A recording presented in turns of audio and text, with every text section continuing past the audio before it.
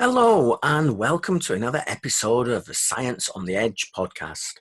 I'm Dr. Mark Darcy, and in today's episode, I'm going to be talking about the default mode network, an incredibly important interconnected set of regions within the human brain, and a network of connections that is pretty much primarily responsible for all of our anxieties, all of our depressions, and many other mental disorders that affect humanity. Before I talk about the default mode network, what it is, how it does cause such things as anxiety and depression, I will briefly talk a bit about the brain generally and talk about how we know so much about these different regions of the brain. Okay, so this should be quite an interesting and not too long podcast episode now. So let's get started. Okay, so the default mode network. So let's get started. So activity in our brains mirrors our thoughts. We found this out quite a while ago when we came up with the first methods for actually monitoring the activity within the brain, EEG.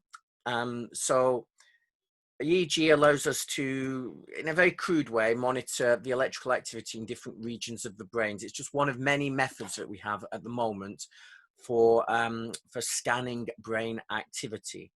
So, for example, if we look at these images here, you can see that certain regions of the brain are active when we're speaking. A different region of the brain is active when we tap a finger.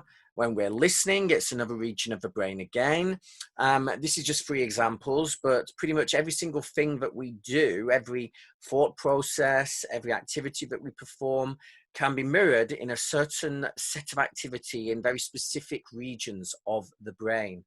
So the brain does mirror our thoughts and our behaviors.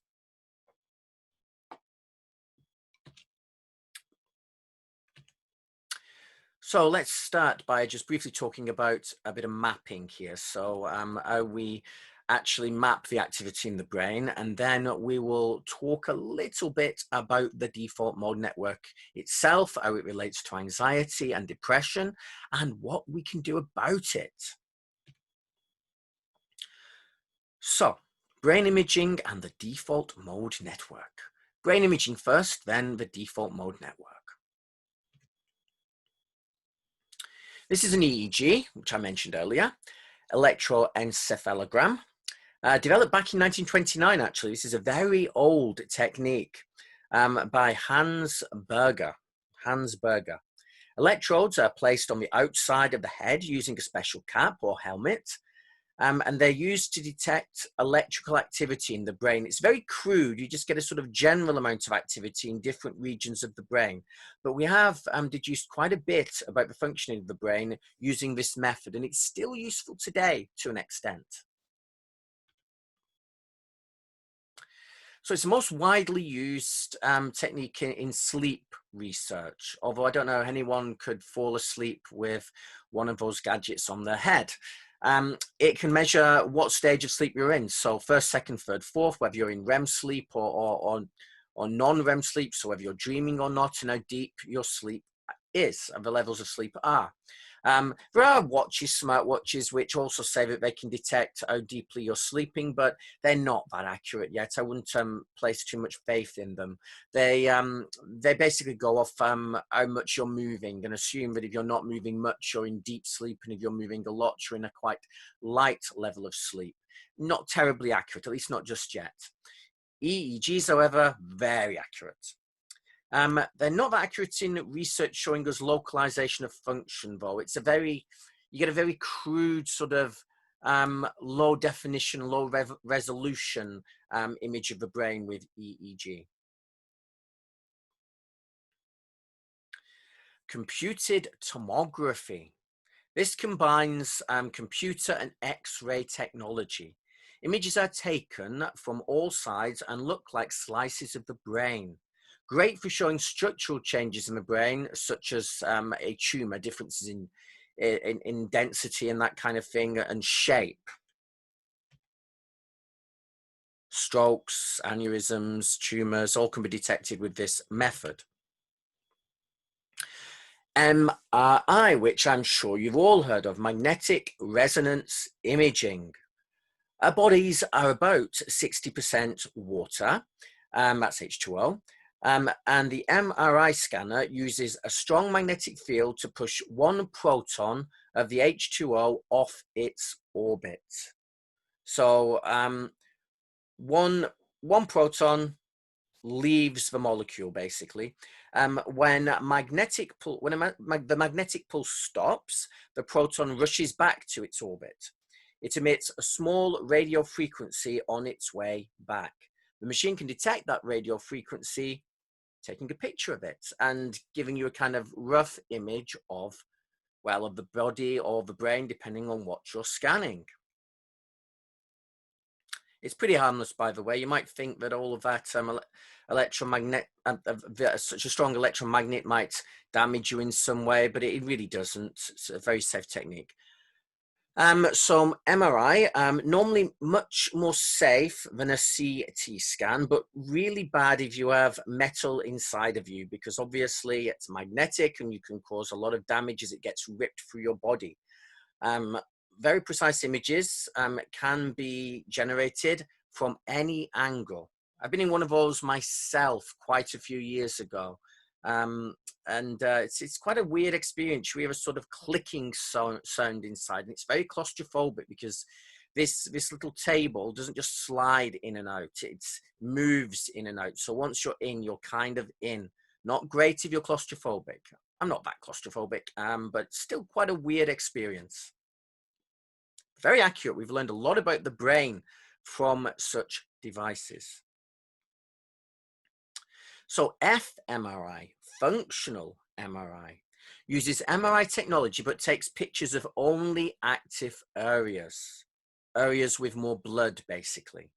Great for showing brain activity. So you can see the amount of activity in a particular region, because if a region is active, then there's a lot of blood flow in that region. You can combine these different techniques, by the way, to work out all sorts of different things about the brain. Then we have PET, positron emission tomography. You inject a radioactive substance into an individual. Again, it's pretty safe. It's quite low amounts of this radioactive substance. Usually some radioactive sugar that produces gamma rays.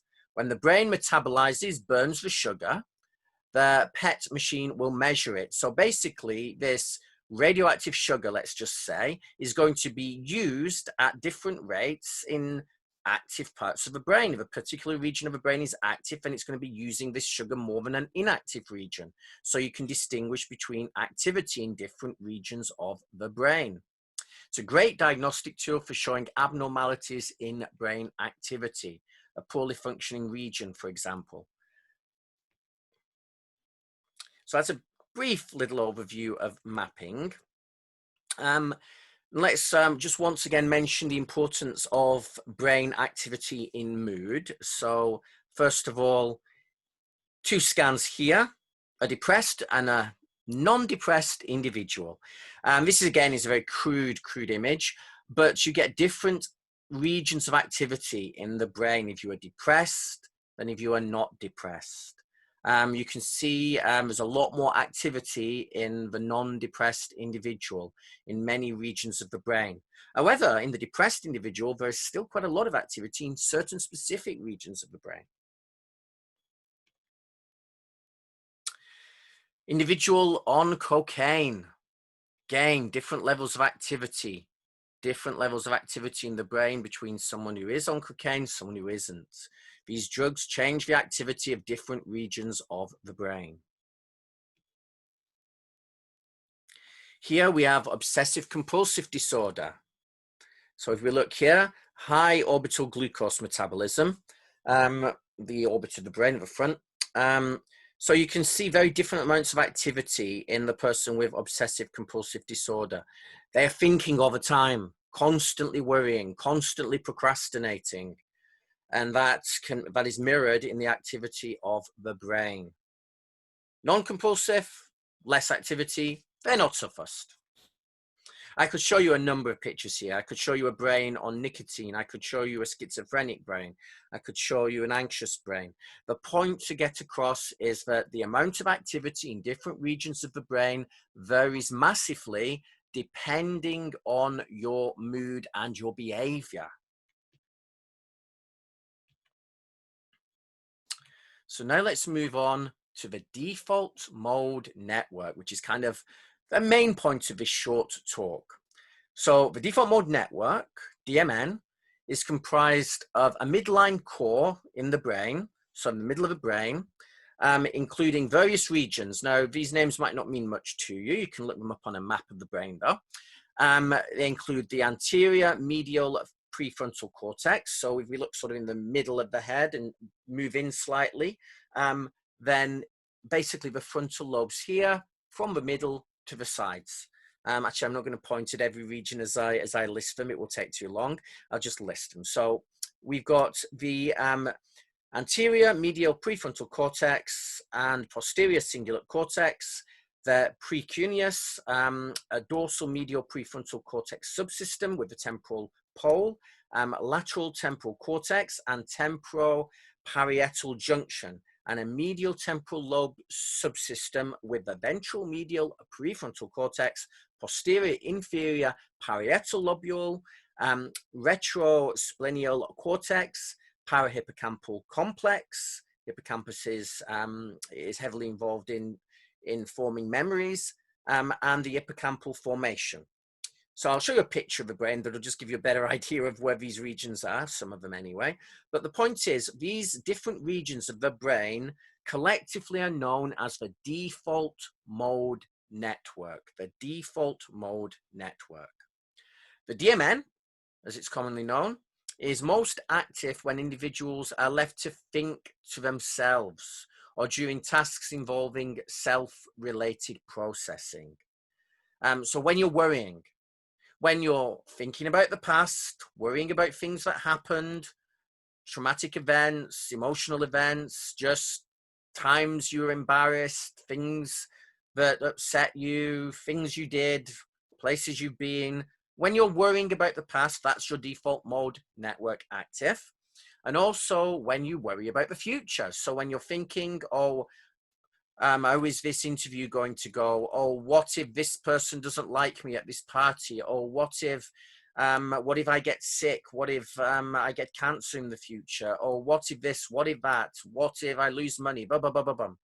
Basically, worrying about the past, worrying about the future, worrying, and you think about it, whenever you're worried or anxious, it's because you're either in the past or in the future. More or less, it pretty much is most of the time. Right now, you're probably just sat somewhere, there's nothing happening to you right this actual second. It's the past or the future that causes your anxiety, and in many cases, depression as well.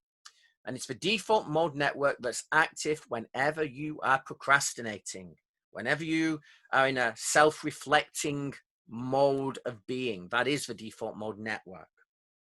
The DMN is less active during tasks requiring cognitive effort. You've probably all heard the term being in the zone or flow. There's a whole book on the topic of flow. What is flow? Well, flow is basically a DMN that is very, very low in activity. And instead, you have another network of brain structures that kind of are more active, known as the target positive network or the target specific network. They can't both be active at the same time. It's like a kind of seesaw. Either your DMN is active or your TPN is active. If the DMN is active, you are worrying. You are procrastinating. You are stressed. You are caught up in the past, or you are caught up in worries about the future, what might be. What happened, how it felt, what might happen, how that might feel. That's your DMN. Now, if you are in a state where you are focused, tunnel focused on a particular process. So for example, you're incredibly engrossed in playing a piece on a piano, or on playing some game, tennis or whatever. You're completely engrossed. You're in the zone. That is flow. You can get into flow when if you're a writer and you're fully engrossed in writing the book, or if you're reading a book. If you're reading a book and it's an incredibly good plot, it's engrossing, you can get so involved in that story that you lose track of where you are. You're not thinking about the past anymore. You're not thinking about the future. You are in the zone. You're just in that moment. The same can happen when you're watching a good movie. The same can happen in so many different situations. An artist can get like this when they've been inspired and they're putting together their amazing painting. Basically, flow is when you are in the zone. When you are focused exclusively on one activity, your DMN, your default mode network, is switched off, or it's at a very low level of activity. And you don't tend to be depressed. You don't tend to be anxious. You are just in the moment. You are in the zone. You are just a mind doing a thing. You're not a mind worrying about a thing. So default mode network is called the default mode network because it's the default. It's what's on most of the time in a human brain. Most of the time, my brain is in that default mode network. And if you suffer from anxiety, then you're in it even more. If you're compulsive, you're in it even more. So if you are someone that worries, it's your DMN being overactive. And that's why you find it hard to concentrate on a specific topic when you suffer from anxiety, because the DMN kind of stops you from doing that. You can't get yourself into flow so easily. So, two reliable characteristics of the default mode network. And we can see here some regions highlighted of the brain when this network is active. So it shows greater bold activity during quiet restfulness, e.g. the resting state, than during active cognition.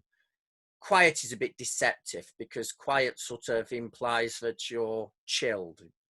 By quiet, we just mean when you're left to your own devices, and you can be worrying quite a lot when you're in such a state. The sort of term that's come along to sort of describe this is the internal dialogue hypothesis.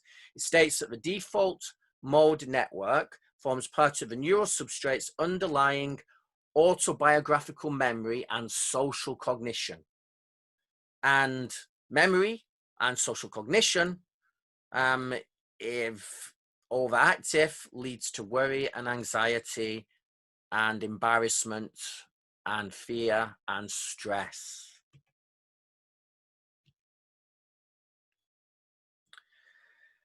Activity is suppressed when individuals engage in goal-directed, task-specific processing. So when you're in TPN, target positive network, the default mode network is inherently anti-correlated with task-positive networks, basically meaning either the DMN is active or the task-positive network is active.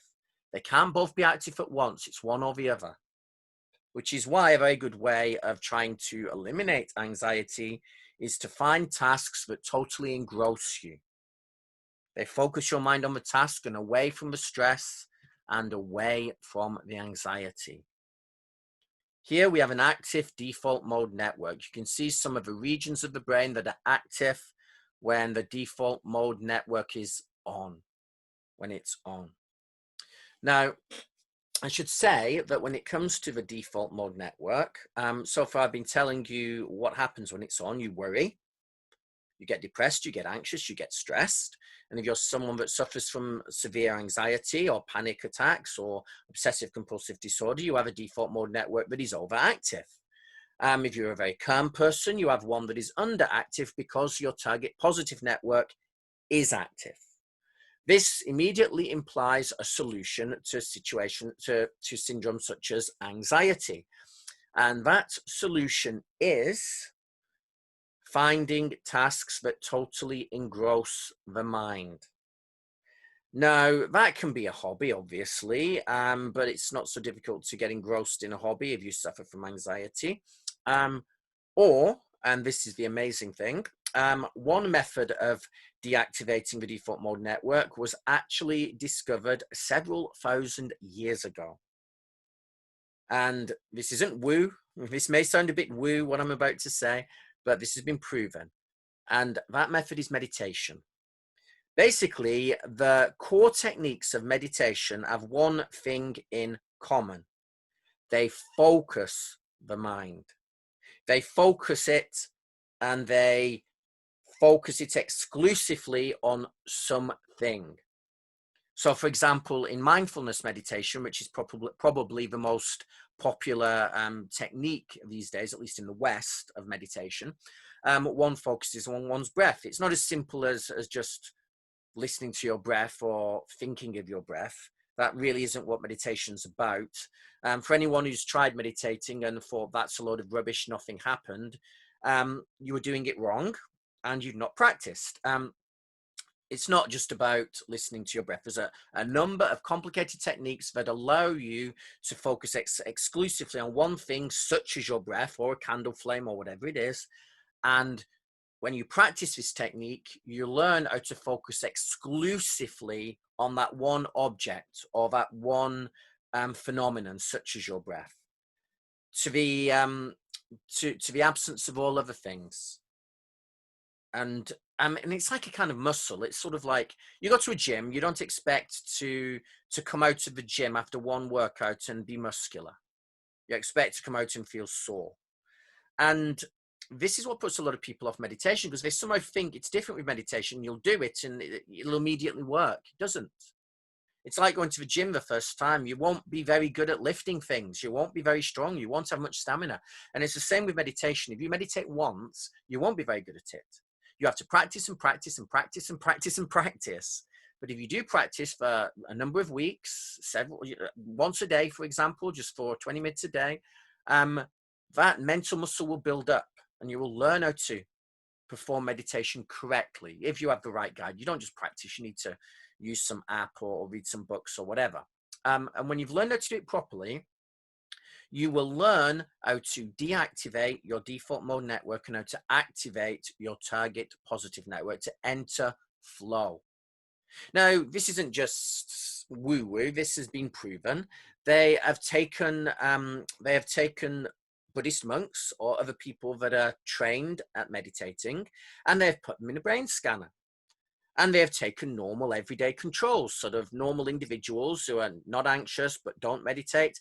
And they've also taken anxious individuals. They've put them all in brain scanners and they've monitored their neuronal activity. The anxious person has an incredibly active default mode network. The normal person has a moderately active default mode network. The meditator has a default mode network that is hardly active at all. He is living in the moment, that meditator.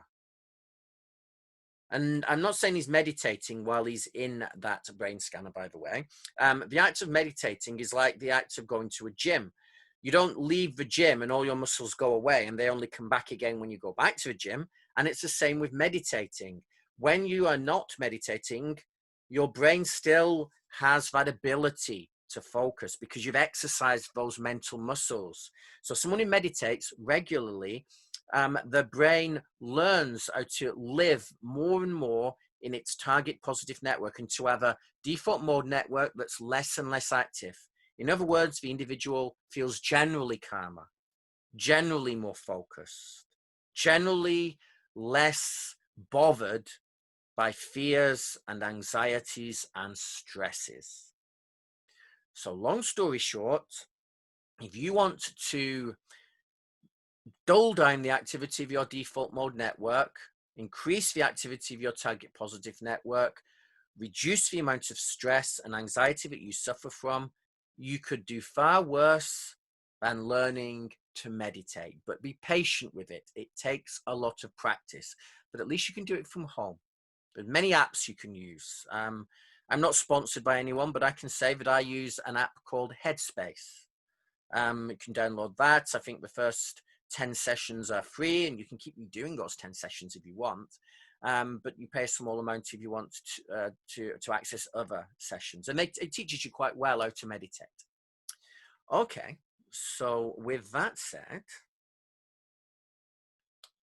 to sum up, I would just like to say that the default mode network is the root of many of our mental issues, anxiety, depression, and all sorts of other behaviors such as OCD. But we do have some control over that default mode network. Find things that focus your mind and you can dull its activity down. And meditation is one of those methods. Okay, so if you'd thank you for watching. If you watched this on YouTube, thank you for listening. If you listened on a podcast catcher, if you want to know more about me, then you can follow me at Mark of the D on Twitter. So that's at Mark of the D, MARKOFTHE capital D. Thank you very much for listening, as always, and I look forward to speaking with you all again very soon. Goodbye for now. Goodbye.